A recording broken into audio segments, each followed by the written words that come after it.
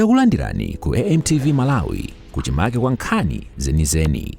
Ngati nkhani imeneyo kuno kulibe, dziwani kuti nkhani imeneyo ndi yabodza. Amayi ndi abambo, monga bungwe loyendetsa zisankho, lero tikufuna titsimikizire mtundu wa Malawi kuchilimika kwathu ndi kudzipereka kwathu kuti tipitiriza kugwira ntchito mosakondera wina aliyense, komanso tipitiriza kutsatira malamulo achisankho kuti zotsatira zake zikhale zokomera wina aliyense.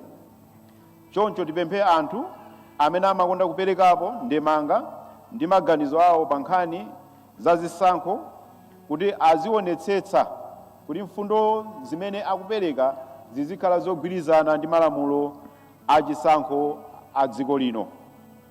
Amayi ndi abambo, pofika tsiku la lero ndi anthu kapena zipani 22 ndi amene alipira komanso kutenga kalata zoyimira pa chisankho cha president.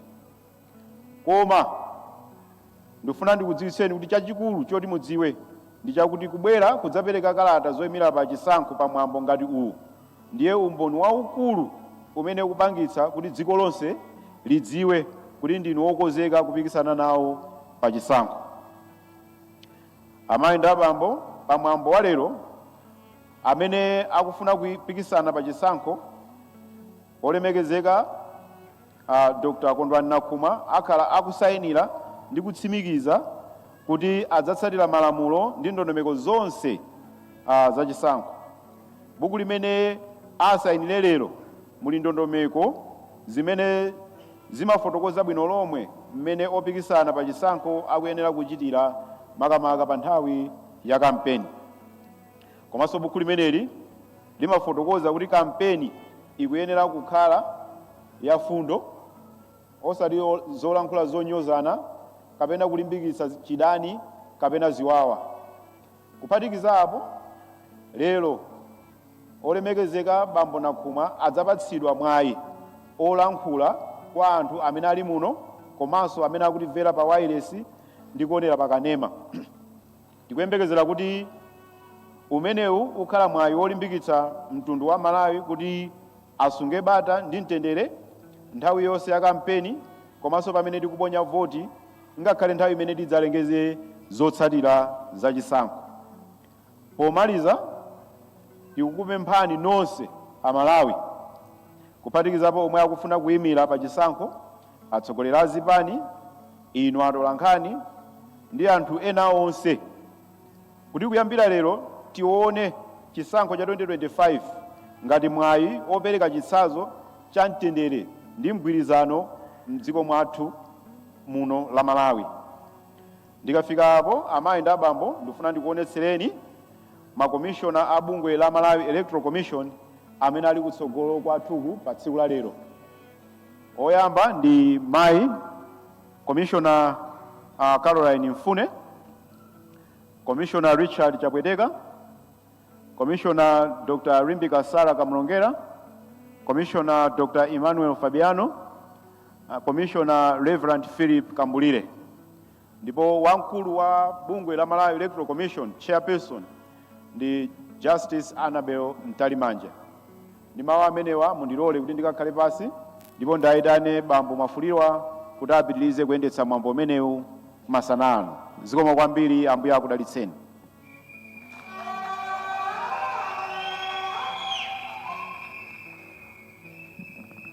Zikomo kwambiri bambo Andrew Mpesi.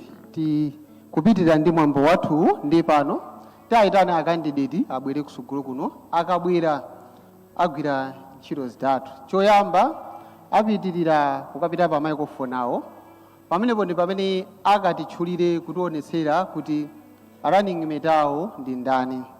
Akationetsera running mate awo, apita pa mpandopo, akakhala mpando wapakati, pamenepo pakachitika mwambo wosayinira code of conduct.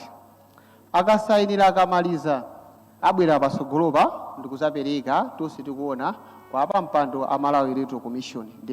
Ndi apemphe a candidate kuti abwere, ndipo tipempheso a Secretary General kuti aperekeze a candidate. Zikomo kwambiri.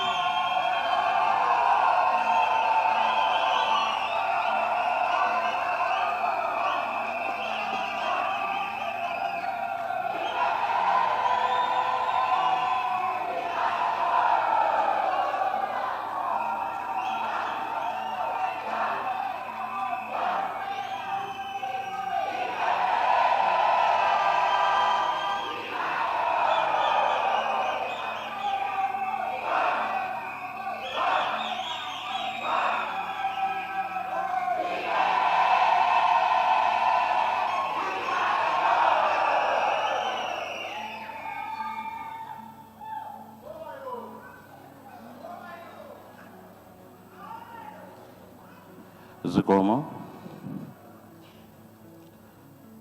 Justice Annabel Talimanja, Chairperson of the Malawi Electoral Commission, and all commissioners here present.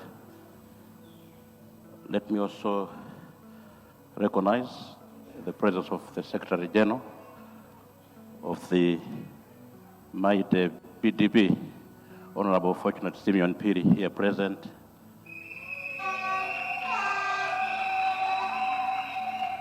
The Vice President of the PDP, Honorable Dr. Rose Sakala, here present.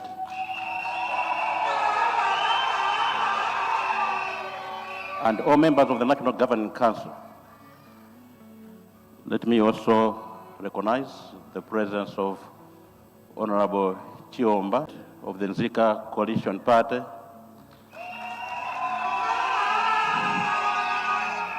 and more members of the Nzika Coalition Party here present. Distinguished guests, ladies and gentlemen, I've been told to introduce my running mate in the forthcoming elections. My running mate, ladies and gentlemen, comes from Magombera village, TN Samara in Balaka.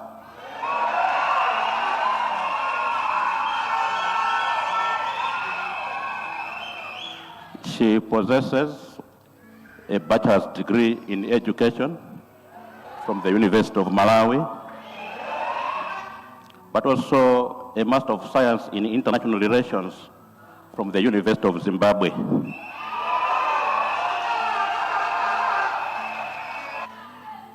She has taught in secondary schools as a secondary school teacher for 10 years before she went to Zimbabwe as Malawi's Deputy Ambassador in Zimbabwe between 2015 and 2018.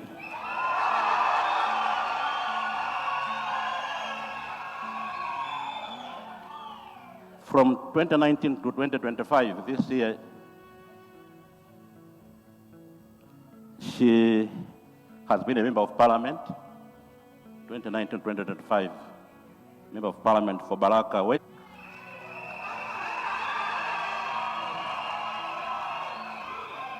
In 2020, she was elected as chair of the Southern African Development Community SADC Standing Committee of Human and Social Development and Special Programs.